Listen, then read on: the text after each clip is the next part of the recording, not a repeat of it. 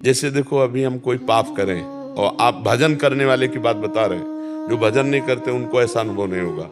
आपसे कोई पाप बने तो आपका हृदय जलने लगेगा, बार बार वो ऐसा क्यों हो गया, एक अजीब सी घबराहट, एक अजीब सा चिंतन, बार बार वो पाप भस्म हो रहा है, जलन हो रही है, प्रायश्चित हो रहा है ना। तो ये पाप, भय, चिंता, उद्वेग, शोक, ये पाप के लक्षण होते हैं। ज्यादा पाप बढ़ जाए तो डिप्रेशन में पहुंचा दे।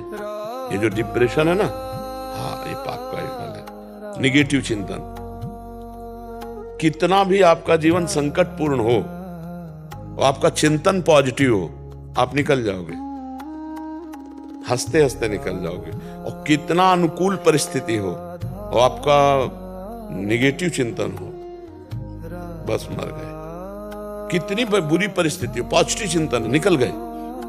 निगेटिव चिंतन, कितना भी प्यार करो, कितना दुलार करो, कितनी सब सुविधा दे दो, वो निगेटिव देखेगा। जैसे एक को 4 घंटे आपने समय दिया, बहुत प्यार किया, उसका निगेटिव चिंतन है, पुत्र हो, पत्नी हो, परिवार का कोई, 2 मिनट किसी से खड़े बात कर ली, अब वो अपने 4 घंटा प्यार को भूलकर 2 मिनट तुमने बात की, जरूरी थी, अब वो निगेटिव चिंतन, वो जलेगी, वो आपसे असंतुष्ट हो, अपने से असंतुष्ट। तो ये जो मलिन अंतःकरण है, ये निगेटिव चिंतन फेंकता है, और जो पवित्र अंतःकरण है वो पॉजिटिव चिंतन फेंकता है। पॉजिटिव चिंतन में कभी भी कहीं भी कोई परेशानी नहीं होती, वो हर परेशानी को अनुकूल बना लेता है। और जो निगेटिव चिंतन है वो हर अनुकूलता को प्रतिकूलता में देखने लगता है। तो इसलिए हम सबसे कहते हैं कि नाम जप करो, जिससे तुम्हारा निगेटिव चिंतन खत्म हो जाए, पॉजिटिव चिंतन आ जाए। देखो, आपका शरीर अस्वस्थ है जैसे, और आपका दिमाग स्वस्थ है तो आप आनंदित रहेंगे। आपका शरीर स्वस्थ है, सब अनुकूलता, लेकिन दिमाग आपका अस्वस्थ, दिमाग की बीमारी होती है ना, संशय, निगेटिव बातें, विपरीत भावनाएं, वो जलता रहता है अंदर से, वो असंतुष्ट रहता है, और पॉजिटिव में संतोष रहता है। तो हमें लगता है भगवान का आश्रय लेकर अपनी बुद्धि को पॉजिटिव बनाना चाहिए, अपने चिंतन को पॉजिटिव बनाना चाहिए। हम भय क्यों करें जब हम भगवान की शरण में हैं? तो जिस समय जो भय होगा, मेरे भगवान भयहारी हैं, भक्त भयहारी हैं, वो हमको सहयोग करेंगे, वो हमें बचा लेंगे। तो इस पॉजिटिव चिंतन से हम उसको काटें।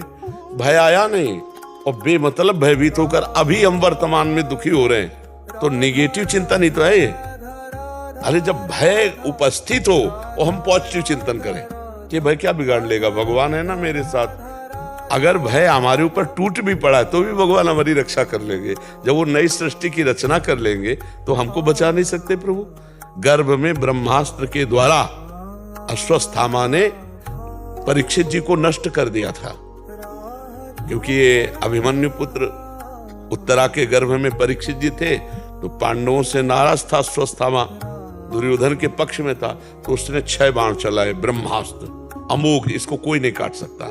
5 पांडवों के ऊपर और 1 उत्तरा के गर्भ में विराजमान महाराज परीक्षित, जो अभिमन्यु पुत्र थे। अब जैसे छोटे बच्चे को मारने के लिए ब्रह्मास्त्र, तो भगवान तत्काल जब पांडवों ने विनय की तो उनसे कहा, तुम संभालो अर्जुन से, ब्रह्मास्त्र को ब्रह्मास्त्र से शांत करो। और भगवान अंतर ध्यान होकर उत्तरा के गर्भ में जाकर के परीक्षित कवच बन गए और ब्रह्मास्त्र को शांत किया। जब वो गर्भ में जाके रक्षा कर सकते हैं तो 12 बारी के लिए रक्षा कर लेंगे। वो कर्तुम अकर्तुम अन्यथा कर्तुम सर्व समर्थ भगवान है, इसलिए हमें विश्वास रखना चाहिए। एक महाभारत जहां 18 अक्षौणी सेना थी, 11 अक्षौणी कौरवों की और 7 अक्षौणी पांडवों की, तो वहां पहले से तो कुछ था नहीं, अबे बड़े बड़े हाथी घोड़ा सब आ गए। वहां एक टिटीरी ने अंडे रखे थे, 2 अंडे। उसने कहा, हे परमात्मा, 18 अक्षौणी सेना, यहां युद्ध होगा, वो अंडे लेके हम जा नहीं सकते। टिटीरी पक्षी नहीं होता जो आकाश की तरफ चरण करके सोता है, पैर हाँ उल्टा सोता है।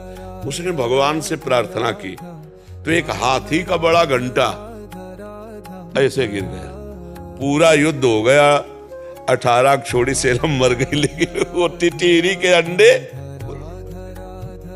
प्रहलाद जी को जब हिरण्यकश्यप ने विरोध किया भक्ति का, तो भगवान उसकी भक्ति को पुष्ट करने के लिए प्रहलाद जी नगर में विचरण कर रहे थे, तो देखा एक कुम्हारिन जो पात्र बनाते ना कुम्हार, उसकी पत्नी ऐसे धरती में हाथ पटक पटक के, हे भगवान बचा लो, बड़ी गलती हो गई। प्रहलाद जी ने कहा क्या हो गया माई? उनका मुझे ध्यान नहीं रहा, एक मटकी में बिल्ली के 2 बच्चे थे, बिल्ली ने नए बच्चे पर, और सब मटकी आवे में रख के मैंने वो भी रख दी। बाद में ध्यान आया आवा जल चुका है। तो बोले भगवान बचा सकते हैं?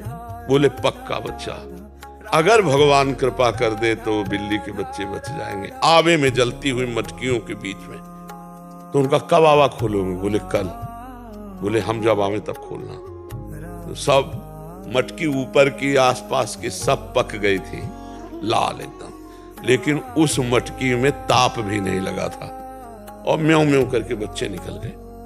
प्रहलाद जी को दृढ़ विश्वास हो गया कि भगवान अग्नि की ज्वाला में रखे हुए बच्चों को बचा लिया, इसका मतलब कर तुम अकर तुम अन्यथा कर तुम, सर्व समर्थ मेरे भगवान।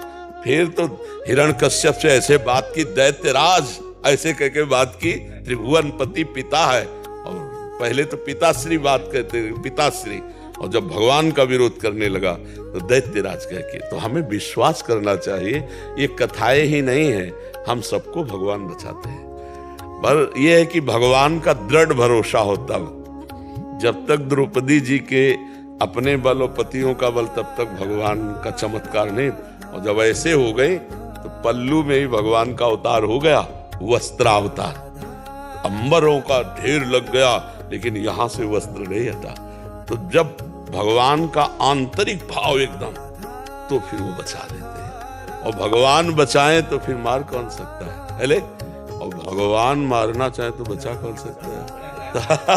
तो हमको निर्भय रहना चाहिए, भगवान मेरे हैं, प्रभु मेरे हैं, और प्रभु का जो विधान है वो सिर माथे है। हेले, मस्त है।